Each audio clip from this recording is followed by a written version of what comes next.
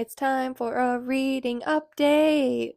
I'm about halfway through this short story collection. I have read 6, so I have 7 to go, and I have enjoyed all of them thus far. There are certainly some that will stick with me more than others, but all of them are really good and creepy. We open with a story called The Blue Lenses. This was super weird, and I really enjoyed it. The second story is called Don't Look Now, and it was actually turned into a feature film in the 1970s. This is one that will definitely stick with me. It's kind of haunting. I feel like usually in these more gothic sorts of stories, it's the wife that's going mad, but this time it's the husband that's losing it.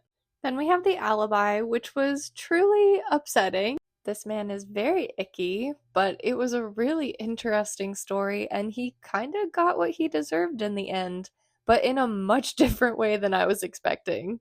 And she is so good at subverting those expectations. The next story is The Apple Tree, and oh my gosh, what an underrated story. It was one of those stories where I was like, oh, ooh, I didn't like that, but I loved it. You know what I mean? Same with The Birds. And yes, The Birds, like the Alfred Hitchcock movie. She wrote that short story. It is truly unsettling and genuinely scary because the fact is these characters and you as a reader don't really know what's happening to these birds, but you know everybody's in danger. And finally, I just finished Monte Verita.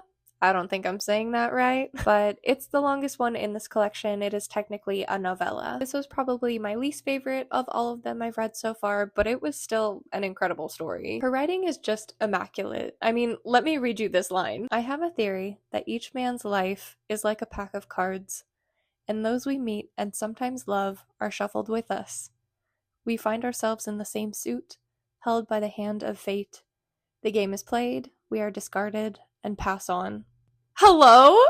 I love that. I have 7 more stories to go. I can't wait to tell you all about them. And I also realized she has a ton more books. So unfortunately, my TBR just got that much longer because I have to read everything she's ever written. Anyways, I will see you when I finish this, and happy reading.